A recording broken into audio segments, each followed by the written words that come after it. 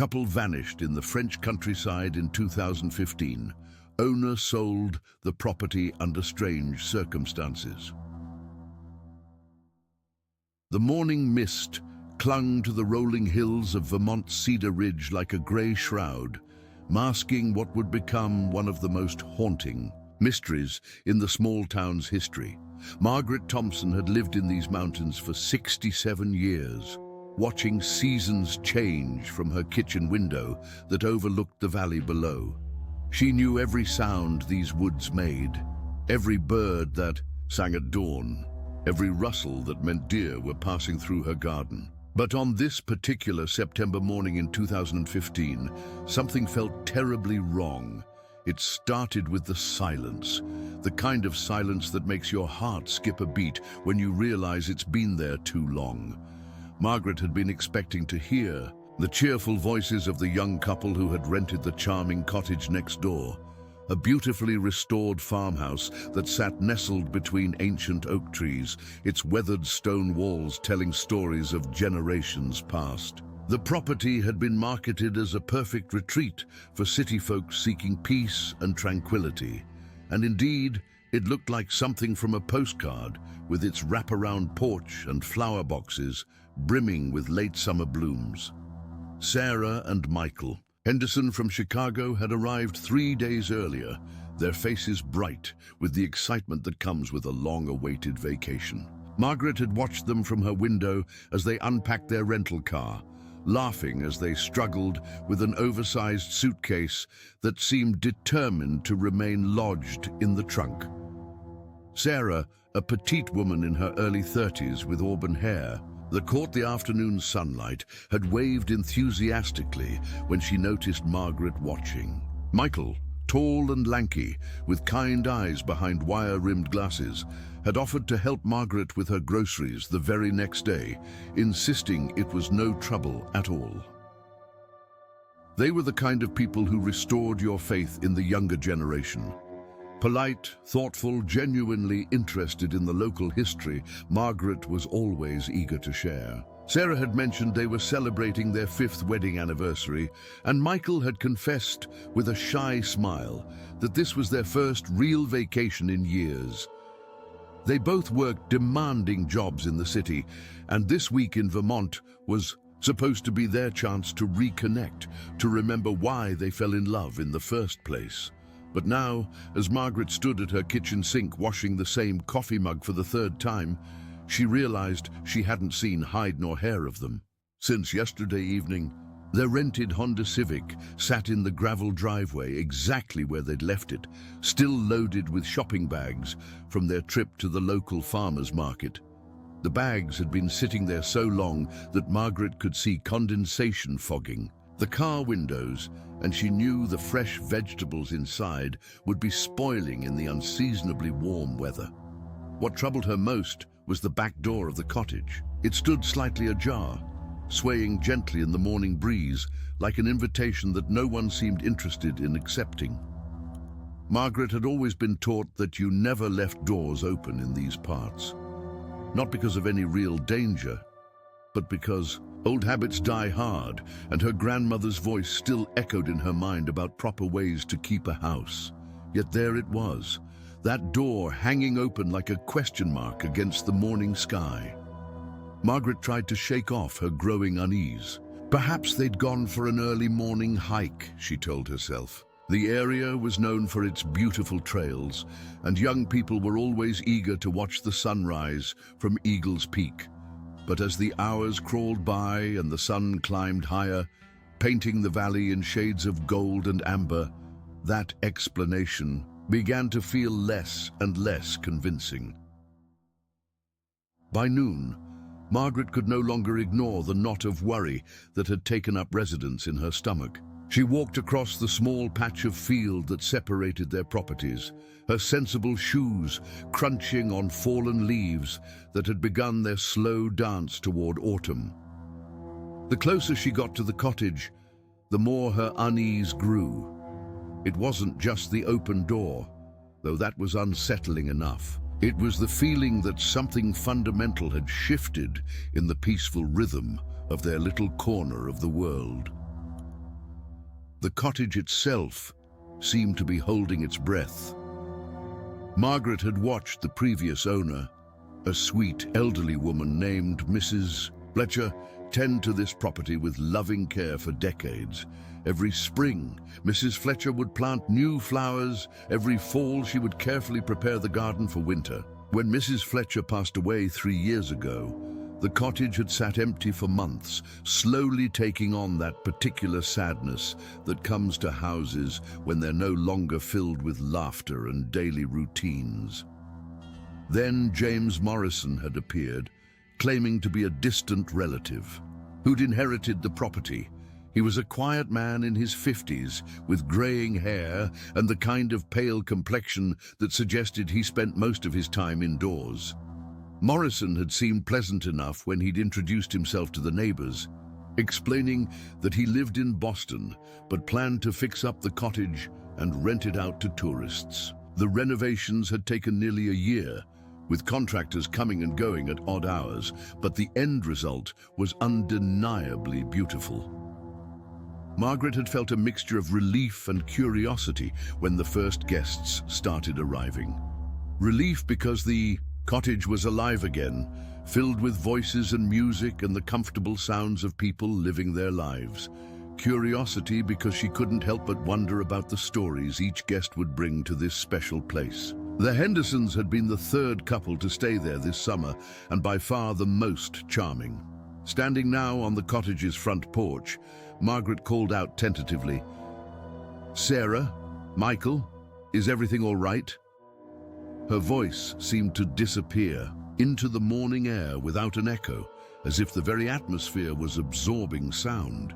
She tried the front door and found it locked, which only made the open back door seem more ominous.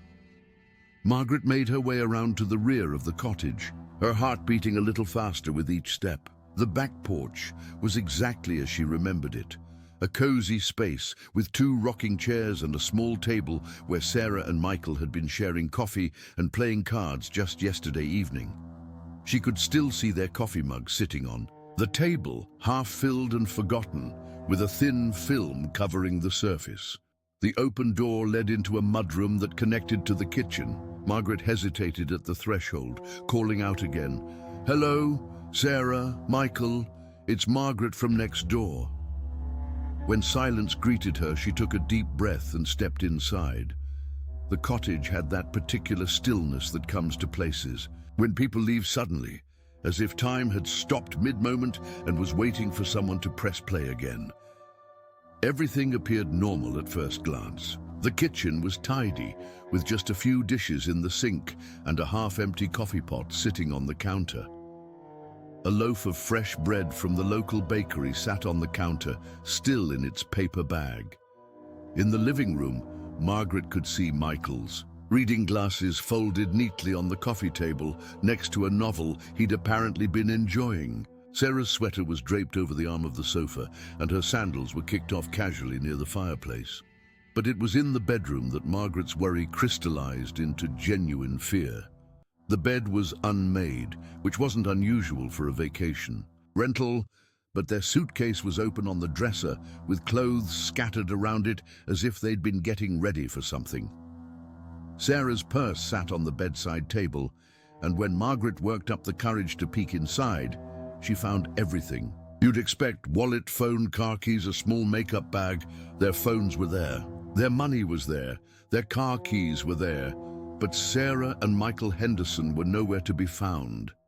Margaret's hands trembled as she reached for her own phone, her mind racing through possibilities, even as her heart told her that none of them were good.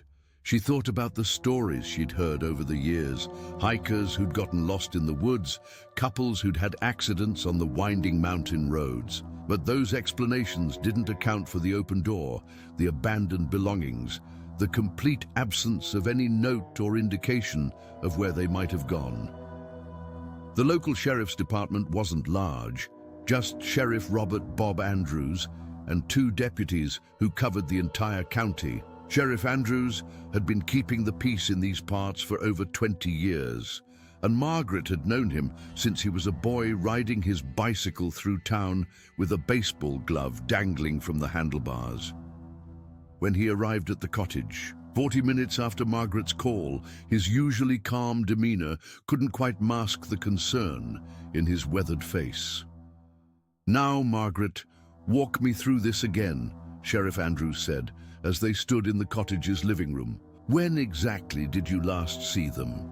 Margaret twisted her hands in her apron, trying to remember every detail. "Yesterday evening, around 7 o'clock, they were sitting on the back porch, having coffee and playing what looked like Scrabble. Sarah was laughing at something Michael said. She had such a lovely laugh, Bob.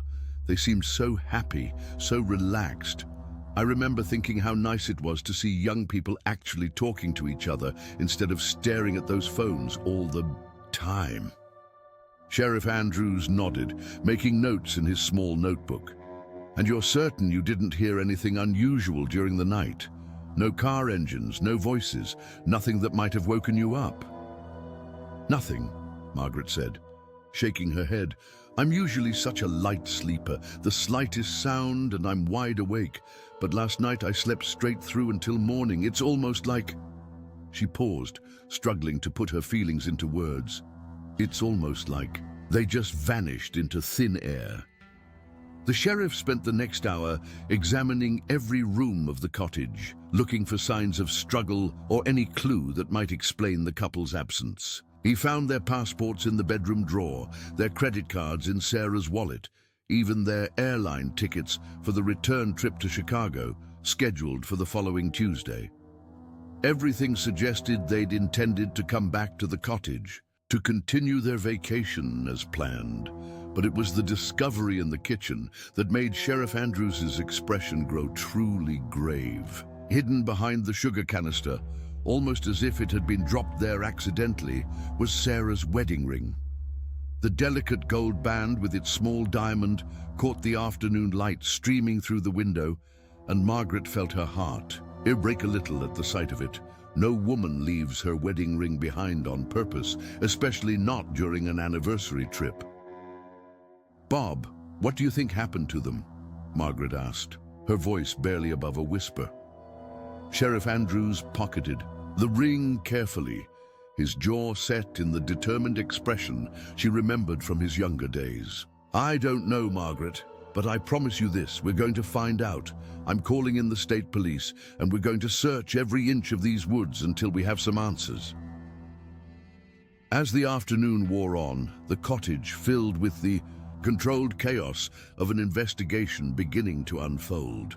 State police detectives arrived from Montpellier, along with a search and rescue team equipped with dogs and GPS equipment. They photographed every room, dusted for fingerprints, and began the methodical process of trying to piece together the last hours of Sarah and Michael Henderson's vacation.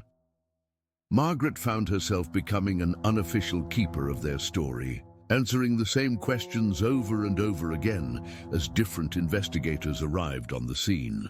Each time she had to describe that last evening she'd seen them. Each time she had to explain about the open door and the abandoned belongings. The reality of their disappearance became more concrete and more terrifying. Detective Lisa Warren, a sharp-eyed woman in her 40s who'd driven up from the state capital, seemed particularly interested in the cottage's history. "Tell me about the owner," she said to Margaret, as they stood on the front porch watching the search teams prepare to head into the woods.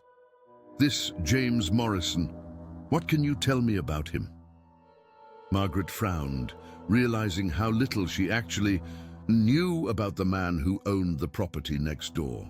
"He seems nice enough, I suppose. Quiet. He doesn't come around very often, maybe once a month to check on things and collect the rent money. He always waves if he sees me, but we've never had what you'd call a real conversation. What about the renovations? Did you notice anything unusual about the work being done?" "Well, it did take quite a long time," Margaret said slowly. "Nearly a year, which seemed excessive for what appeared to be mostly cosmetic improvements, and some of the workers came at strange hours. I remember seeing lights on in the cottage, well past midnight on several occasions. I assumed they were trying to finish the job quickly, but now that you mention it, Detective Warren made notes, her pen moving quickly across the page. Did you ever meet any of these workers? Talk to them about what they were doing? Margaret shook her head. They weren't very social. Morrison had told them to keep to themselves. I think there was one man who came by regularly, said he was in charge of the landscaping, tall fellow with a beard, always wore a baseball cap pulled down low. I tried to strike up a conversation once when I saw him working in the garden, but he just nodded and went back to his digging. The mention of the landscaper seemed to catch Detective Warren's attention. Do you remember his name or what company he worked for? I don't think he ever mentioned a company name, Margaret said, racking her brain for details. But Morrison called him Danny or David, something that started with a D. He had this old pickup truck, green or maybe dark blue, with gardening tools in the back. I remember thinking it looked like it had seen better days. As the search teams began to fan out through the surrounding woods, their voices calling Sarah and Michael's names echoing through the valley, Margaret couldn't shake the feeling that they were missing something important. The cottage stood there in the late afternoon sunlight, beautiful and serene as always, but now it felt different somehow. It felt like a place keeping secrets. The dogs picked up a scent, trail almost immediately, leading from the back porch toward a dense patch of woods about 100 yards behind the cottage. The search team followed eagerly, hope lighting their faces as they imagined finding the young couple perhaps injured, but alive somewhere in the forest. But after 50 yards, the trail simply disappeared, as if Sarah and Michael had vanished into the air itself. That's not normal, one of the dog handlers told Detective Warren as they stood at the spot where the scent had ended. Dogs don't usually lose a trail that abruptly unless there's been some kind of interference. Could be a stream washed it away, or maybe they got into a vehicle here. But there was no stream nearby, and the woods were too dense for any vehicle to navigate. The search team spread out wider, checking every fallen log, every natural depression that might hide an injured person. They found nothing but the normal debris of a forest preparing for winter, fallen branches, scattered leaves, the occasional squirrel scolding them from a safe perch high above. As evening approached and the search teams prepared to suspend their efforts until morning, Margaret found herself alone with Detective Warren on the cottage's back porch.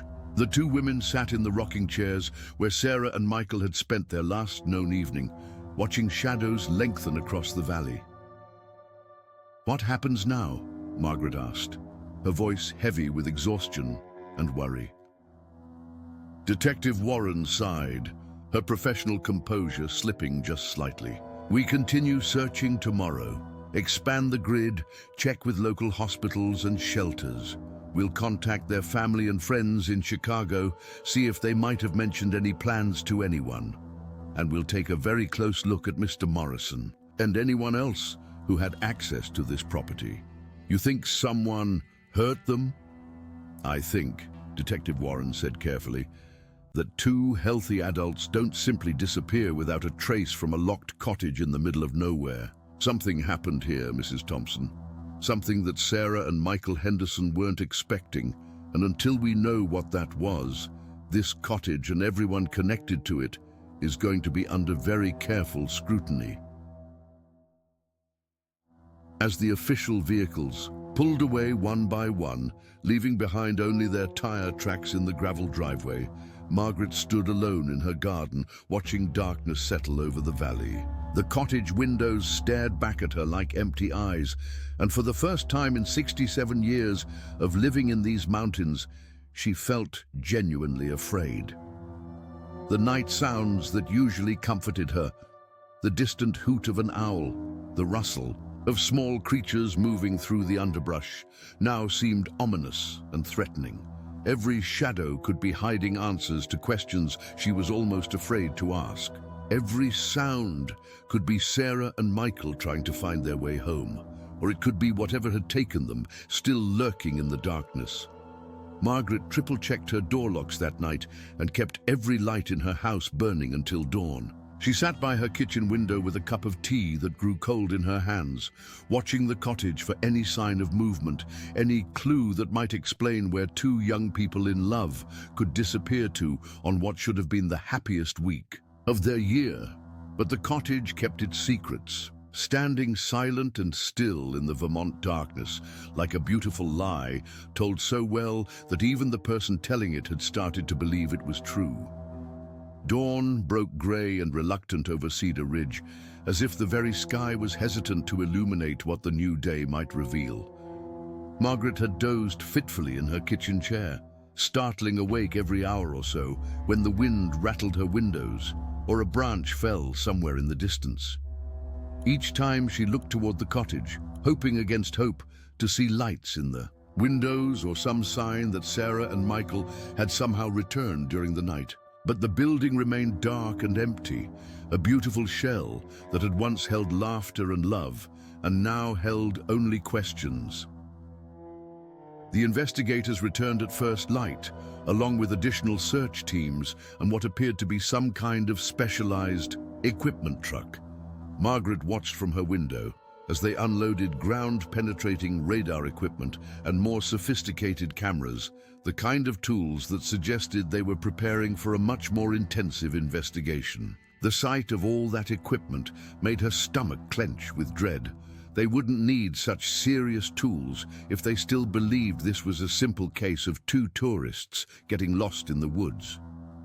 Detective Warren knocked on Margaret's door just after 8 o'clock, carrying 2 cups of coffee from the small diner in town. She looked like she'd gotten about as much sleep as Margaret had, with dark circles under her eyes and the slightly rumpled appearance of someone who'd spent the night reviewing case files and making phone calls. "I thought you might need this," Detective Warren said, offering Margaret one of the steaming cups. "And I was hoping you might have thought of anything else overnight, any detail that might help us understand what happened here." Margaret accepted the coffee gratefully, savoring the warmth and the familiar comfort of caffeine. "I've been sitting here all night, going through every conversation I had with them, every interaction I witnessed. They seemed so normal, so happy. If they were worried about anything, they certainly didn't show it."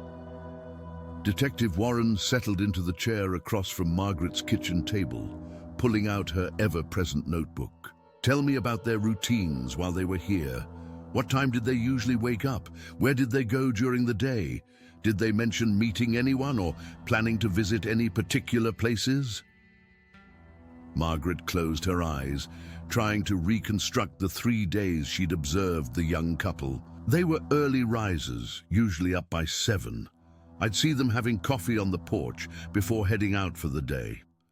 They went to the farmer's market on Thursday, took a drive up to Stowe on Friday to see the early fall colors. Sarah mentioned wanting to visit some of the local antique shops, and Michael was interested in the hiking trails. Did they ever mention feeling uncomfortable or unsafe? Any sense that someone might be watching them or following them? "Not at all," Margaret said firmly. In fact, Sarah specifically commented on how peaceful it was here, how different from the city. She said it felt like being wrapped in a warm blanket. That's exactly how she put it, like being wrapped in a warm blanket where nothing bad could ever happen. The irony of those words hung heavy in the morning air between them. Detective Warren made careful notes, then looked up with a question that made Margaret's blood run cold. "Mrs. Thompson, in all the time you've lived here, have you ever heard stories about people going missing in these mountains? Any local legends or rumors about dangerous areas?" Margaret shook her head slowly. "These mountains have always been safe." "Oh, we've had the occasional hiker get turned around, but they always turn up within a day or two, usually embarrassed. And grateful. The most dangerous thing that happens around here is someone getting a flat tire on the winding roads." She paused, studying Detective Warren's face. "Why? Have you found something?" "We've been in contact with law enforcement agencies throughout New England, checking for similar cases. What we've found is interesting." In the past 5 years, there have been 7 reports of tourists disappearing from rental properties in rural areas. Different states, different circumstances, but all of them involving young couples staying in isolated locations. The coffee in Margaret's stomach suddenly felt like acid. 7 couples? All missing? Not all found, no. 2 couples turned up eventually. One had eloped to Las Vegas without telling anyone. Another had gotten into a car accident in a remote area and weren't discovered for several days. But 5 couples, including Sarah and Michael, simply vanished without a trace from rental properties. Detective Warren's voice was carefully neutral, but Margaret could hear the weight of what she was really saying. You think someone is targeting couples who rent vacation homes? I think we have a pattern that warrants very serious investigation, Detective Warren said, which is why I need to ask you some more detailed questions about James Morrison and the cottage renovations. Over. The next hour, Margaret found herself remembering details she hadn't thought significant at the time. The way Morrison always seemed to arrive at the cottage when she wasn't home, so she'd only see his car pulling away or catch glimpses of him from a distance. The contractors, who worked primarily at night and weekends, always seeming to avoid interaction with neighbors. The landscaper who'd spent an unusual amount of time working in areas that didn't seem to need landscaping. There was something else, Margaret said suddenly, a memory surfacing from the depths of her mind. About 2 months ago, I was having trouble sleeping and got up around midnight to make some tea. I saw lights on in the cottage, which was strange because Morrison never stayed overnight. But when I looked more closely, it wasn't regular house lights. It was more like flashlights or those camping lanterns, moving from room to room. Detective Warren looked up sharply. Did you see any vehicles in the driveway? That's just it. I didn't see any cars at all, but the lights were definitely moving around inside the house, like someone was looking for something or maybe installing something. Installing something. Margaret struggled to articulate the feeling that had nagged at her that night. The way the lights moved, it wasn't like someone just walking through the house. It was methodical, systematic. They'd stay in one spot for a long time, then move to another spot and stay there for a long time, like they were working on specific locations. Detective Warren made extensive notes, then excused herself to make several phone calls. Margaret could see her pacing in the cottage driveway, speaking animatedly into her phone while occasionally gesturing toward the building. Whatever conversation she was having, they seemed to be generating a lot of interest on the other end of the line. Around noon, a new team arrived. Specialists from the State Crime Lab who began what they called a comprehensive technical sweep of the cottage. Margaret watched from her window as they brought in equipment she'd only seen in television shows. Devices that could detect hidden cameras, scanners that could find electronic signals, even machines that could identify places where walls had been recently opened and resealed. It was mid-afternoon when Detective Warren returned to Margaret's kitchen, her expression grim and her notebook considerably thicker. Mrs. Thompson, we've found some things that are going to require us to treat this cottage as a crime scene. I need to ask you to stay away from the property for the next several days while we complete our investigation. Margaret's hands trembled as she set down her coffee cup. What kind of things? Detective Warren hesitated, clearly weighing how much to reveal. Hidden cameras in several rooms, including the bedroom, listening devices in the phone system, and what appears to be a false wall in the basement with a room behind it that doesn't appear on any of the building plans. The words hit Margaret like physical blows. Hidden cameras. You mean someone was watching them? It appears so. We're working on recovering the recordings now, which might tell us exactly what happened to Sarah and Michael. But it also means that anyone who stayed in that cottage was being observed without their knowledge. Margaret felt sick, thinking about all the innocent couples who'd rented the cottage over the past 2 years, believing they were enjoying a private romantic getaway, when in reality they were being watched like animals in a cage. How long has this been going on? Based on what we've found so far, probably since the renovations were completed. The camera system is sophisticated, not something you could install quickly or without considerable technical knowledge. This was planned and implemented over a long period of time. And James Morrison? We've been trying to reach Mr. Morrison since yesterday. According to the address he gave when he purchased the property, he doesn't exist. The phone number goes to a disconnected line. The Boston address is a vacant lot. And the name James Morrison doesn't match any property records or tax filings we can find.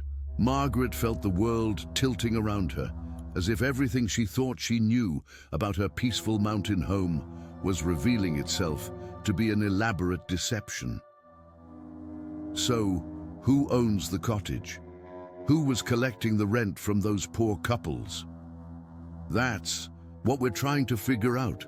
The property was purchased through a shell company that leads to another shell company that leads to a law firm that claims attorney-client privilege. But we'll untangle it eventually. These kinds of paper trails always have weak links somewhere. As if summoned by their conversation, Detective Warren's phone rang. She answered quickly, listening with increasing intensity before hanging up, and turning to Margaret with an expression that mixed excitement with apprehension. That was the crime lab. They've managed to recover some footage from the hidden camera system. They're asking me to come in immediately to review what they've found. Margaret stood up, her legs shaky but her resolve firm. I want to come with you. Mrs. Thompson, I don't think that's a good idea. What we might find could be very disturbing, and you've already been through enough stress.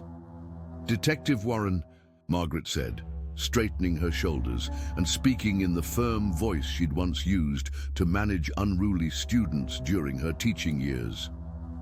Sarah and Michael Henderson were my neighbors. For 3 days, they were part of my world, part of my daily routine. If something terrible happened to them, if someone hurt them while I was sleeping peacefully just 100 yards away, then I need to know. I need to face whatever truth is on those recordings. Detective Warren studied Margaret's face, clearly seeing the determination there. After a moment, she nodded. All right, but I want you to understand that once you see whatever's on those cameras, you can't unsee it.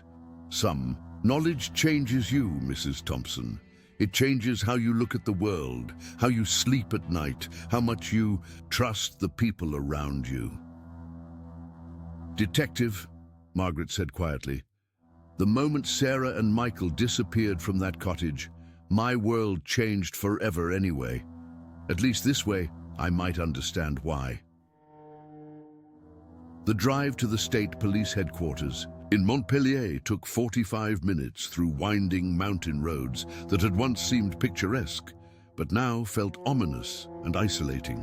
Margaret found herself studying every roadside turnoff, every dirt path that disappeared into the woods, wondering if any of them might hold answers about what had happened to the young couple who'd come to Vermont to celebrate their love, and instead found something much darker. The crime lab was housed in a modern building that seemed oddly sterile after the rustic beauty of Cedar Ridge.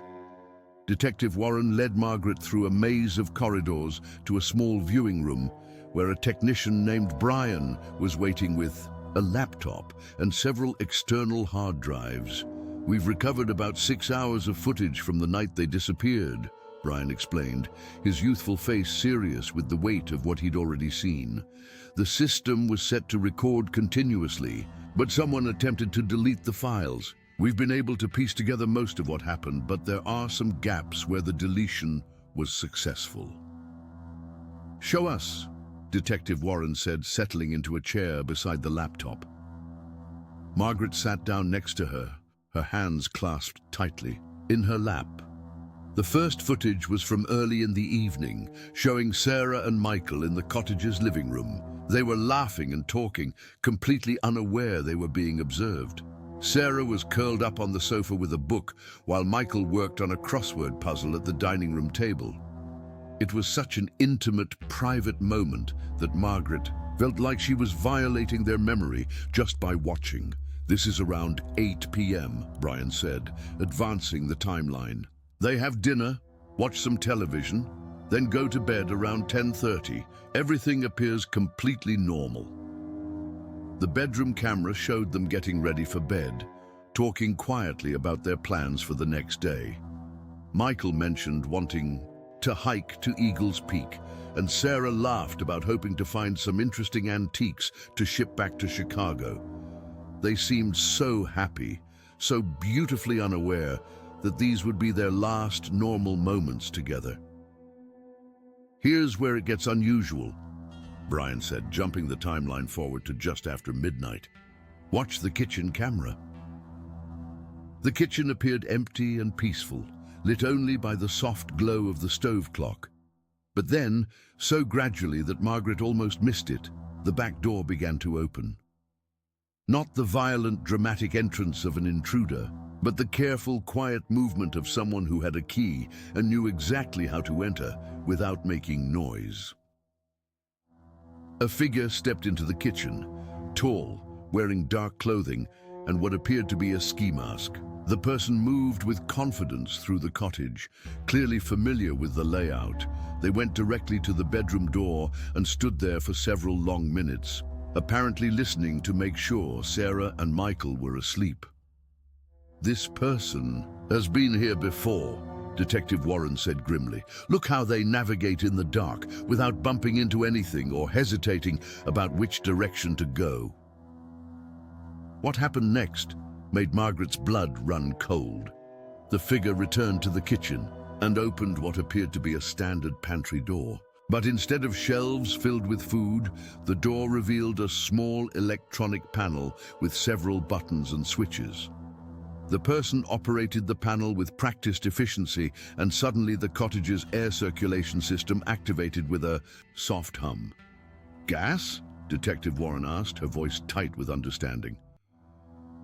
"Some kind of aerosol dispersal system," Brian confirmed. "We found the installation during our sweep today. It's connected to the house's heating and air conditioning ducts, designed to distribute whatever substance is loaded into it throughout the entire building within minutes." Margaret watched in horror as the figure on the screen checked a watch, then settled into a chair in the kitchen to wait. 20 minutes passed in the recording before they moved again, returning to the electronic panel to shut off the system and activate an exhaust fan that would clear the air. "What kind of substance?" Margaret whispered, though she was afraid. She already knew the answer. "We're running tests now, but based on what we've seen in similar cases, probably a powerful sedative. Something that would render the victims unconscious quickly without killing them immediately." The next section of footage showed the figure moving through the cottage more purposefully, going first to the bedroom where Sarah and Michael lay unnaturally still on the bed. The intruder checked their pulse and breathing, apparently confirming they were unconscious but alive, before beginning what could only be described as a methodical preparation process. Margaret had to look away when the figure began moving the unconscious couple, but Detective Warren forced herself to watch every detail, taking notes and occasionally asking Brian to replay certain sections.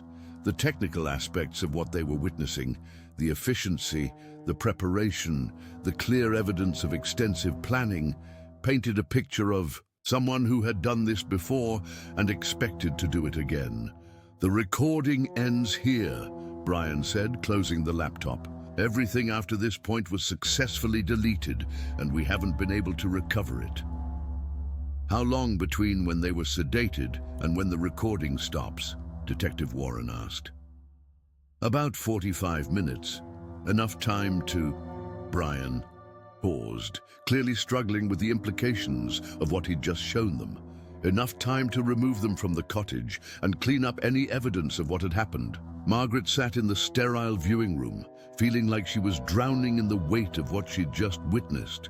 Sarah and Michael hadn't simply disappeared. They'd been hunted, stalked, and captured by someone who had turned the cottage into an elaborate trap, someone who had been patient enough to watch and wait for the perfect moment to strike. The other cases you mentioned, Margaret said slowly, the other couples who disappeared from rental properties, were they similar to this? Detective Warren nodded grimly. We're going to be examining those properties very carefully now. What we've found here suggests we're dealing with someone, or multiple someones, who have been operating for years, using rental properties as hunting grounds. But why? What does someone gain from taking people this way? The question hung in the air unanswered, because sometimes the most terrifying aspect of human evil is that it doesn't always have a rational explanation. Sometimes people commit horrendous acts simply because they can, because they enjoy the sense of power and control it gives them over other human beings. As they drove back to Cedar Ridge in gathering darkness, Margaret stared out at the familiar mountains and woods that had been her home for nearly 7 decades.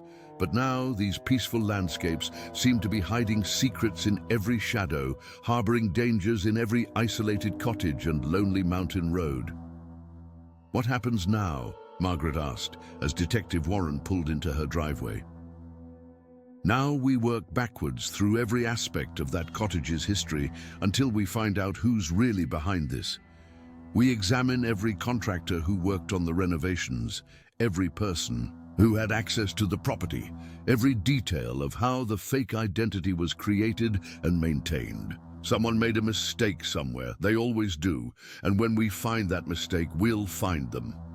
And Sarah and Michael? Detective Warren was quiet for a long moment before answering. We don't give up hope, Mrs. Thompson, not ever. But we also prepare ourselves for the possibility that we may be investigating something much darker than a simple disappearance. That night, Margaret sat by her kitchen window again. But this time she wasn't watching for Sarah and Michael to return. This time she was watching for something much more sinister, for any sign that whoever had taken them might be watching her cottage too, waiting to see if she knew too much, if she had become a threat that needed to be eliminated. The cottage stood empty and dark across the field, but Margaret knew now that empty didn't mean harmless, beautiful didn't mean safe, and sometimes the most dangerous predators were the ones who knew exactly how to make their traps look like paradise. The news vans began arriving in Cedar Ridge 3 days later, drawn by a story that had all the elements modern media craved. Mysterious disappearances, hidden cameras, false identities, and the specter of a predator who might have been operating undetected for years. Margaret watched from her kitchen window as reporters set up their equipment on the main road, their bright lights and satellite dishes creating an alien landscape in her peaceful mountain town. Detective Warren had warned her this would happen. Once word gets out about what we found in that cottage, this place is going to become a media circus, she'd said. Reporters are going to want to interview you, to get the neighbors' perspective on the story. You don't have to talk to them if you don't want to. But Margaret had surprised herself by agreeing to speak with several news outlets. Not because she wanted the attention. At 67, she had no desire to see her face on television or her name in newspapers. She agreed because she felt Sarah and Michael deserved to have their story told by someone who had genuinely cared about them, someone who could convey the fact that they weren't just another crime statistic, but real people with hopes and dreams and families who loved them. The first reporter who knocked on her door was a young woman named Jessica Chen from Channel 8 News in Burlington. She seemed respectful and genuinely interested in understanding what had happened, rather than just looking for sensational quotes. Margaret invited her in for tea and found herself talking about Sarah and Michael as if they were her own grandchildren. They were so full of life, Margaret told the camera, sitting in her familiar kitchen with the cottage visible through the window behind her. Sarah had this wonderful laugh that you could hear across the field, and Michael was always offering to help with things around the house. They were celebrating their anniversary, 5 years of marriage, and they still looked at each other like they were falling in love for the first time. "Mrs. Thompson," Jessica asked gently, "when you think about what happened to them, what goes through your mind?" Margaret was quiet for a long moment, choosing her words carefully. "I think about how they came here looking for peace and happiness, and instead they found someone who took that away from them. I think about their families, wondering every day if their children are coming home. And I think about how many other young couples might have been hurt by whoever did this." What Margaret didn't tell the reporter, what she couldn't bring herself to say out loud, was how the discovery of the cottage's dark secrets had shattered her faith in the basic safety of the world. For 67 years, she'd believed that evil was rare and recognizable, that dangerous people looked and acted dangerous. The idea that someone could create such an elaborate trap while appearing completely normal, completely trustworthy, had fundamentally changed how she saw every stranger, every interaction, every apparently innocent situation. Detective Warren had been working around the clock, following paper trails and coordinating with law enforcement agencies across New England. 3 days after the cottage search, she returned to Margaret's house with news that was both encouraging and deeply disturbing. "We've identified the landscaper," she announced, settling into her usual chair at Margaret's kitchen table. "His name is David Kellner, and he has a record going back 15 years. Fraud, identity theft, and one conviction for stalking that resulted in a restraining order." Margaret felt a chill of recognition. David, that was the name Morrison used when he talked to him, the tall man with the beard who was always working in the garden. That's him. But here's the interesting part. David Kellner died in a car accident in Pennsylvania 6 months ago. Someone has been using his identity, probably someone who worked with him and had access to his personal information. So we still don't know who was actually at the cottage? Not yet, but we're getting closer. We've also found the law firm that handled the property purchase, and while they're claiming attorney-client privilege, we've got warrants being prepared that will force them to reveal their client's real identity. These elaborate schemes always have weak links, Mrs. Thompson. It's just a matter of finding them. Detective Warren pulled out a manila folder thick with photographs and documents. "I wanted to show you something else we've discovered. Remember how you mentioned that the renovations seemed to take an unusually long time?" Margaret nodded, accepting the photographs Warren handed her. They showed the cottage during various stages of renovation, apparently taken for insurance or documentation purposes. But what struck Margaret immediately was how extensive the work had actually been. "They didn't just update the kitchen and bathrooms," Detective Warren explained. "They completely rewired the electrical system, installed a new HVAC system with custom ductwork, and rebuilt large sections of the basement. What we initially thought was a simple cosmetic renovation was actually a complete reconstruction designed to support a sophisticated surveillance and control system." The photographs showed walls torn open to reveal new wiring, sections of flooring removed to install hidden cables, and most disturbing of all, what appeared to be a small workshop area in the basement where the surveillance equipment had been assembled and tested. Someone spent close to a year and probably hundreds of thousands of dollars turning that cottage into a trap, Detective Warren continued. This wasn't a crime of opportunity or passion.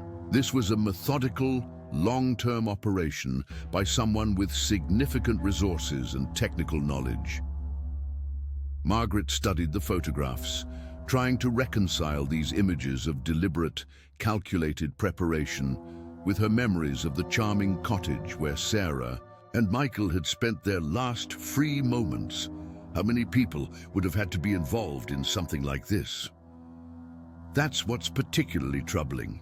The technical work could have been done by one person with the right expertise, but the logistics, purchasing the property under a false identity, setting up the rental business, maintaining the cover story for over 2 years, that suggests either multiple people or someone with very sophisticated resources for creating false identities, like organized crime? Detective Warren shook her head. The patterns don't fit organized crime. This is more personal, more focused on the act itself, rather than any obvious financial gain. The rental income from the cottage barely covered the property taxes and maintenance costs. Someone was operating this as a hobby, not a business. The word hobby sent ice through Margaret's veins. The idea that someone's recreational activity involved luring innocent couples to a remote location and doing unspeakable things to them was almost too horrible to contemplate. "Detective," Margaret said slowly, "when you watch those surveillance recordings, when you see how methodical and planned everything was, do you think Sarah and Michael suffered? Do you think they knew what was happening to them?" Detective Warren was quiet for a long moment, clearly struggling with how to answer. Such a profound and painful question. Based on what we've observed, the sedative would have rendered them unconscious very quickly. If our timeline is correct, they probably never woke up while they were still in the cottage. Whatever happened to them after that? She paused, choosing her words carefully. We have to hope it was quick. That afternoon, Margaret received a phone call that broke her heart all over again. Sarah's mother, Patricia Henderson, had gotten Margaret's number from the police and wanted to talk to someone who had actually known her daughter during those final days. "Please," Patricia said, her voice thick with tears and exhaustion. "Please, tell me what she was like. Tell me about her last days. The police can only tell me about the investigation, but I need to know that she was happy, that she felt safe, that those last few days were good ones for her." Margaret found herself crying as she described Sarah's infectious laughter, the way she'd waved from the cottage porch, her excitement about finding antiques to bring home to Chicago. She told Patricia about the Scrabble game on the back porch, about Michael's shy smile when he talked about their anniversary, about how clearly in love they still were after 5 years of marriage. She was radiant, Margaret told Patricia. Absolutely radiant with happiness. Whatever happened to them, you need to know that her last conscious moments were filled with joy and love and the excitement of being on vacation with her husband. "Thank you," Patricia whispered. "Thank you for giving me that. It's the only thing that's helped since this nightmare began." After hanging up, Margaret sat in her kitchen as afternoon shadows lengthened across the valley, thinking about the cruel randomness of evil. Sarah and Michael had done nothing wrong. They committed no crime except the innocent mistake of choosing the wrong cottage for their anniversary vacation. They'd been selected as victims not because of anything they'd done, but simply because they'd fitted someone's terrible criteria for prey. That evening, Detective Warren called with news that the investigation had taken another significant turn. "We got the warrant for the law firm's records," she said, her voice tight with contained excitement. The real buyer of the cottage was a trust fund managed by someone named Richard Marsh. We're running background checks now, but early indications are that this might be our first real lead to the actual perpetrator. Richard Marsh, do you know anything about him? Still gathering information, but what we've found so far is interesting. He's 52 years old, inherited significant money from his parents about 8 years ago, and has no visible means of employment. He owns properties in 3 different states, all purchased through shell companies and trusts, all in remote rural areas. Margaret felt a mixture of hope and fear at this news. Hope that they might finally be close to identifying the person responsible for Sarah and Michael's disappearance. Fear about what that identification might reveal about the scope and duration of his activities. Detective, when you find him, when you arrest him, will we ever know what really happened to Sarah and Michael? Will their families ever get closure? That depends on a lot of factors, Mrs. Thompson. Whether he's willing to talk, whether we can find physical evidence, whether there are other victims who can provide testimony. But I promise you this, we're not going to stop investigating until we have answers, however long it takes. 2 days later, those answers began to come in ways that no one had anticipated. Richard Marsh was found dead in a hotel room in Portland, Maine, apparently from a self-inflicted gunshot wound. He'd been dead for several days, probably since shortly after the news of the cottage investigation had begun appearing in regional media outlets. Detective Warren delivered this news to Margaret in person, her expression grim as she sat at the kitchen table that had become their unofficial conference room. He left a note, Detective Warren said, pulling out a photocopy of a handwritten letter. It's comprehensive. He details his activities going back almost 5 years, including what happened to Sarah and Michael. Margaret's hands trembled as she reached for the letter, but Detective Warren held it back. Mrs. Thompson, this is going to be very difficult to read. It's written by someone who was deeply disturbed, someone who saw other people as objects for his entertainment rather than human beings with their own rights and feelings. Are you sure you want to see this? I need to know, Margaret said firmly. Sarah and Michael's families need to know. Whatever he wrote, however terrible it is, the truth has to come out. The letter was written in neat, careful handwriting that looked almost eerily normal, given the horrendous content it contained. Richard Marsh had documented his activities with the detached precision of someone describing a scientific experiment rather than confessing to multiple murders. He'd been operating for almost 5 years, using different properties in Vermont, New Hampshire, and Maine. The cottage in Cedar Ridge had been his most recent and sophisticated installation, but he'd started much more simply, renting remote properties under false names and targeting couples who were traveling alone far from friends and family who might notice their absence quickly. Sarah and Michael had been his 9th and 10th victims. The letter contained enough details about the earlier disappearances to help police identify cases they hadn't previously connected. Couples whose families had been told they were probably victims of hiking accidents or random crimes rather than targeted killings. But it was Marsh's description of his motivations that Margaret found most disturbing. He wrote about the planning and stalking as if they were elaborate games, about the moment of capture as the most exciting experience life could offer. He described watching his victims through hidden cameras, learning their routines and personalities, before deciding how and when to act. The anticipation was always the best part, he'd written. Watching them be happy and carefree, knowing what was coming, knowing that I held complete power over their future. They would go to sleep feeling safe and loved, and wake up in a completely different reality. The letter also revealed the practical details that had allowed him to operate undetected for so long. He'd inherited nearly $2 million when his parents died in a car accident, giving him the resources to purchase remote properties and maintain multiple false identities. He'd worked in computer security for several years, giving him the technical knowledge to install sophisticated surveillance systems and coordinate his activities across multiple locations. Most importantly, he'd been careful to select victims who fit a specific profile: young couples traveling alone, no children, taking vacation trips that their friends and family knew about but weren't involved in planning. People who could disappear for several days before anyone would think to worry about them. What about their bodies? Margaret asked, her voice barely audible. Does he say what he did with them? Detective Warren nodded toward the final pages of the letter. He was very specific about that too. There's a section of wilderness about 50 miles north of here where he disposed of evidence.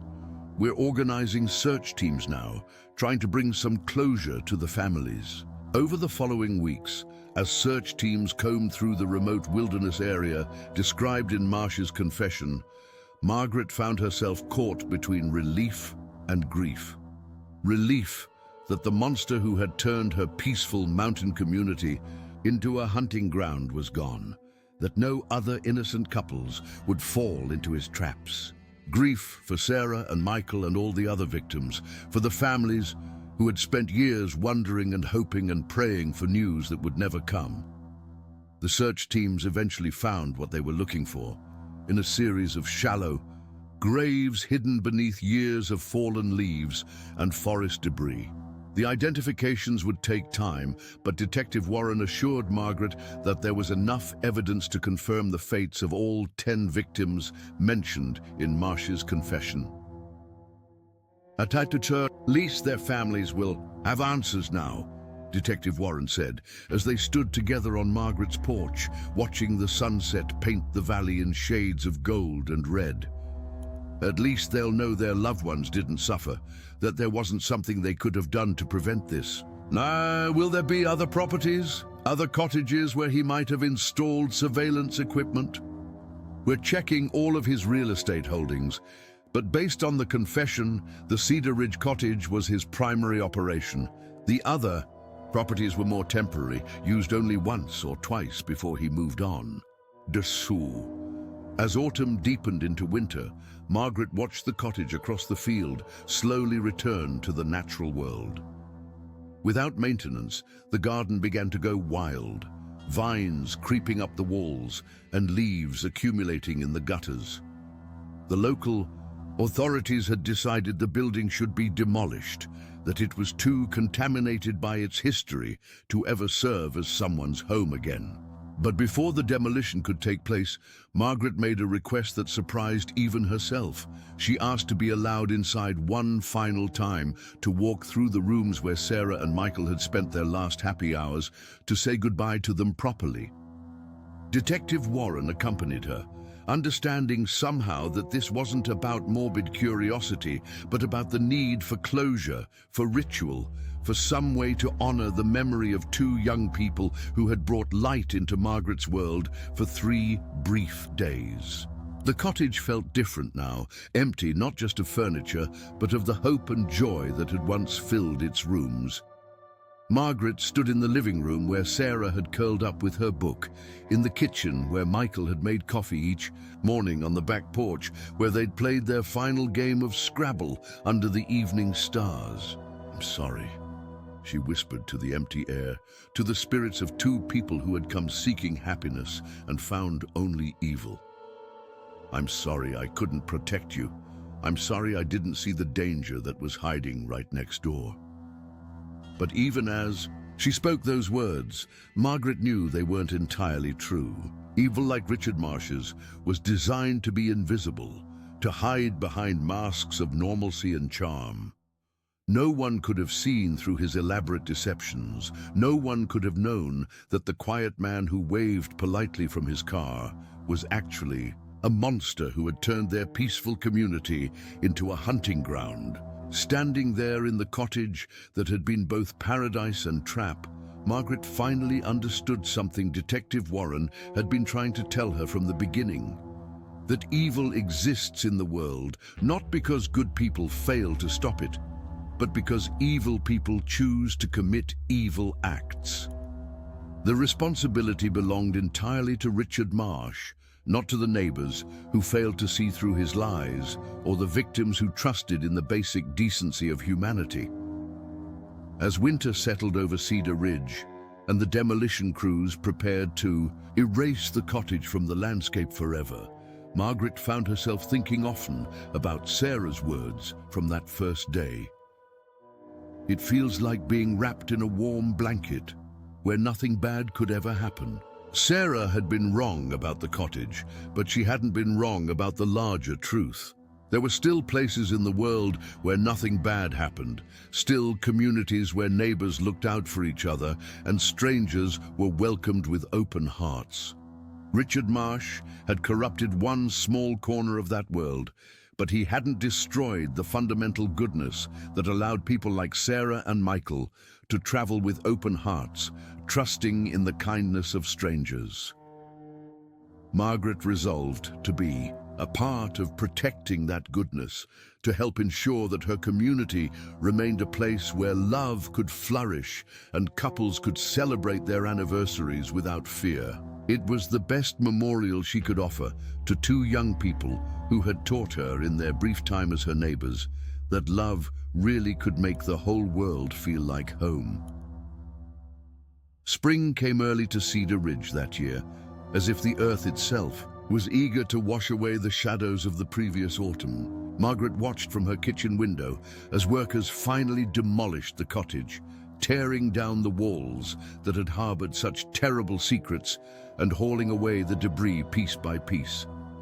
Where Sarah and Michael had once laughed and planned their future together, there was now only empty land, slowly being reclaimed by wildflowers and young maple saplings. It had been 6 months since Richard Marsh's suicide and the discovery of the mountain graves. 6 months since Detective Warren had closed the case file on what the media had dubbed the vacation rental murders. 6 months since Margaret had learned that evil could wear such a perfectly ordinary face, could smile and wave and offer to help with groceries while planning unthinkable acts. The families of all 10 victims had traveled to Vermont for a memorial service that spring, gathering in the small church where Margaret had worshipped for most of her life. Patricia Henderson, Sarah's mother, had asked Margaret to speak about her daughter's final days, and standing at the pulpit looking out at faces marked by grief and loss, Margaret had found words she hadn't known she possessed. "Sarah and Michael came here for love," she had said, her voice steady despite the tears streaming down her cheeks. They came to celebrate what they meant to each other, to remember why they had chosen to build a life together. And even though their time was cut short, even though someone took that future away from them, the love they shared in those last few days was real and beautiful and eternal. She had talked about Sarah's laughter echoing across the valley, about Michael's shy pride when he spoke of their anniversary, about the way they still held hands when they thought no one was watching. She had painted a picture of 3 perfect days, filled with the kind of simple happiness that makes life worth living, and she had seen recognition and comfort in the eyes of parents and siblings who needed to know their loved ones' final hours, had been joyful. After the service, Patricia Henderson had approached Margaret with a request that would change both their lives in unexpected ways. "I want to do something with the land where the cottage stood," Patricia had said. "Something that honors not just Sarah and Michael, but all the victims. Something that turns a place of horror into a place of hope." And so began a project that consumed Margaret's time and heart throughout that spring and summer.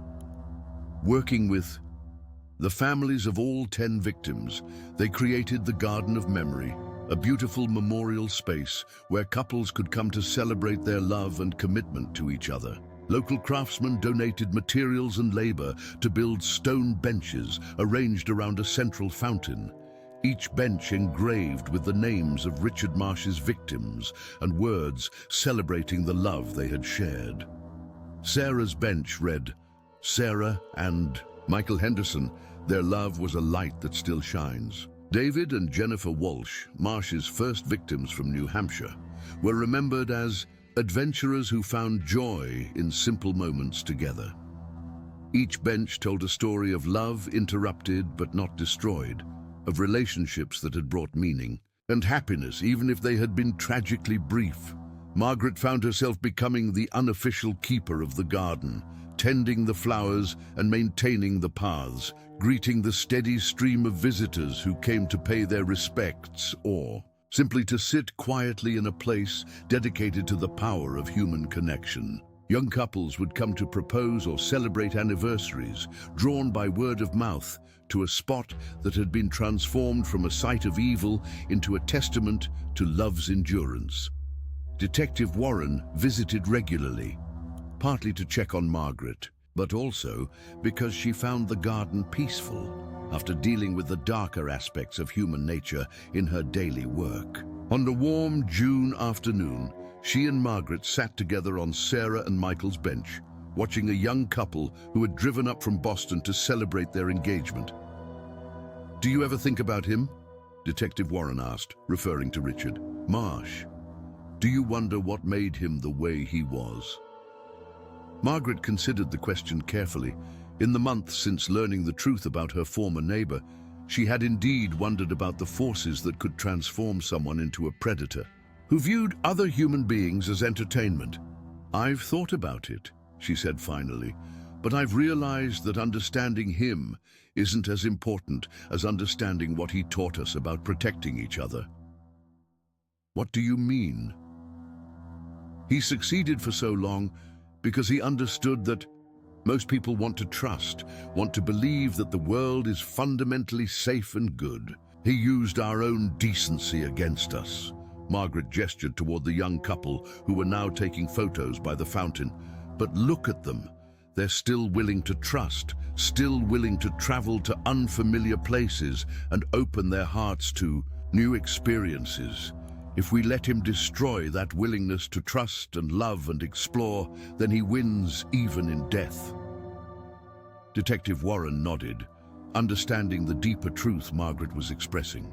The greatest victory over evil wasn't to become suspicious and closed off, but to remain open to love while being wisely cautious about the signals that something might be wrong. As autumn returned to Cedar Ridge, Margaret received a letter that brought both joy and bittersweet memories. It was from a couple named Tom and Lisa Chen, who had stayed at several vacation rentals in New England over the years and had heard about the Garden of Memory through friends. They were planning to propose marriage and wanted to ask Margaret's permission to hold the proposal in the garden. "We know this might seem strange," Lisa had written, "but after learning about what happened to Sarah and Michael and all the others, we felt called to choose love in the same place where love had been attacked. We want to honor their memory by beginning our engagement in a space dedicated to the kind of relationship they had, the kind we hope to build together." Margaret immediately called them to give her enthusiastic permission, and on a crisp October morning that reminded her powerfully of the day Sarah and Michael had first arrived, she watched Tom kneel by the fountain as Lisa tearfully accepted his proposal. The circle of love and hope was continuing, growing stronger rather than weaker in the face of what had tried to destroy it.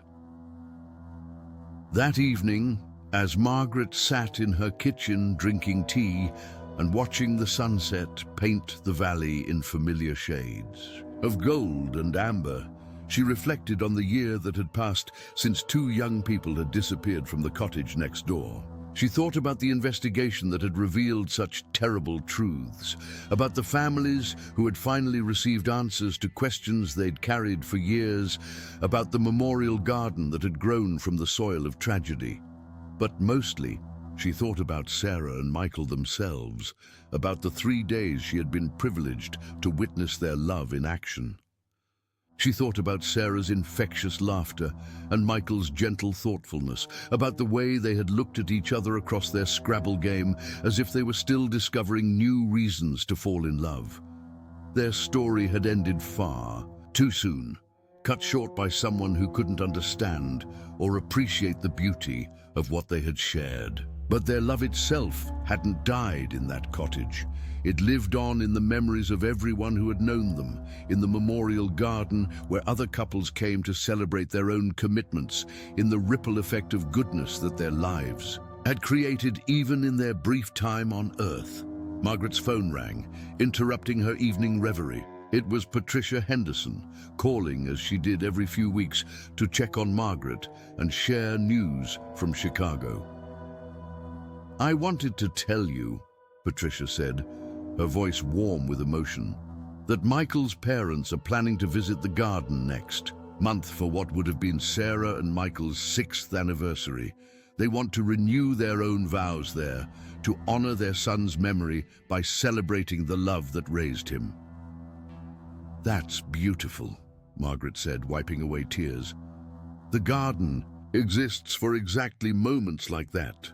"Margaret, I need you to know something," Patricia continued. "You've given our family, all the families, something we didn't think we'd ever have again. Hope. The ability to think about our children's lives instead of just their deaths. That garden isn't just a memorial to them. It's a memorial to the kind of person you are, the kind of neighbor who notices and cares and refuses to let evil have the last word." After hanging up, Margaret sat in the gathering darkness, thinking about the unexpected paths life could take. A year ago, she had been a retired teacher living quietly in the mountains. Her biggest concern, whether the deer would eat her vegetables before she could harvest them. Now she was the guardian of a memorial garden, the keeper of stories about love and loss, a person who had learned more about both human evil and human goodness than she had ever wanted to know. The cottage was gone, demolished and hauled away, until nothing remained but the stone foundation that was slowly being covered by the advancing wildflowers. But in its place had grown something much more powerful, a community of people united by their determination to honor, love, and protect the innocent. The Garden of Memory had become a pilgrimage site for couples from across New England, a place where people came to promise each other forever in the shadow of lives that had been cut short. Margaret knew that she would spend the rest of her own life tending that garden, welcoming visitors, and telling the story of Sarah and Michael Henderson to anyone who wanted to hear it. It wasn't the retirement she had planned, but it was the purpose she had been called to serve. Every couple who proposed in the garden, every family who found comfort in the memorial benches, every person who left feeling more committed to protecting love in a dangerous world, they were all part of Sarah and Michael's continuing legacy. As winter settled over Cedar Ridge once more, Margaret made a promise to the memory of the young couple who had been her neighbors for 3 precious days. She would continue to choose trust over fear, love over suspicion, hope over despair. She would tend the garden they had unknowingly inspired, welcome the strangers who came seeking peace, and hold fast to the belief that goodness was stronger than evil and love more powerful than hate. Because that ultimately was what Sarah and Michael had taught her in their brief time together. That love was worth the risk. That trust was worth the vulnerability. That opening your heart to other people was worth the danger that some of those people might try to hurt you. Standing at her kitchen window on Christmas Eve, watching snow fall gently over the memorial garden, where flowers slept beneath winter's protective blanket, Margaret raised her coffee cup in a silent toast to all the couples who had loved and lost, who had trusted and been betrayed, who had chosen hope despite the existence of people like Richard Marsh. "Merry Christmas, Sarah and Michael," she whispered to the night sky. "Thank you for teaching me that love really is stronger than death, that memory really can transform tragedy into triumph, and that sometimes the most important thing we can do is simply notice and care about the people whose lives briefly touch our own." The garden slept under its blanket of snow, but Margaret knew that spring would come again, bringing new flowers and new visitors and new couples ready to promise each other forever. The circle of love would continue unbroken, growing stronger with each person who chose to honor the memory of those who had loved before them. And in that continuing circle, Sarah and Michael's love would live on forever, not as victims of senseless evil, but as inspiration for all the love stories yet to be written, all the anniversaries yet to be celebrated, All the moments of joy and connection that make being human such a beautiful and precious gift. If you've stayed with us through this emotional journey, if Sarah and Michael's story has touched your heart the way it touched Margaret's, we want you to know that you're part of something important. Every time we share stories about real love, real loss, and real human connection, we honor the memory of people whose lives were cut short, but whose impact continues to ripple outward. These are the stories that matter, not just the darkness that some people choose to embrace, but the light that others refuse to let that darkness extinguish. Sarah and Michael's love story didn't end in that cottage in Vermont. It lives on in everyone who chooses to trust, to love, to celebrate the precious connections that make life meaningful.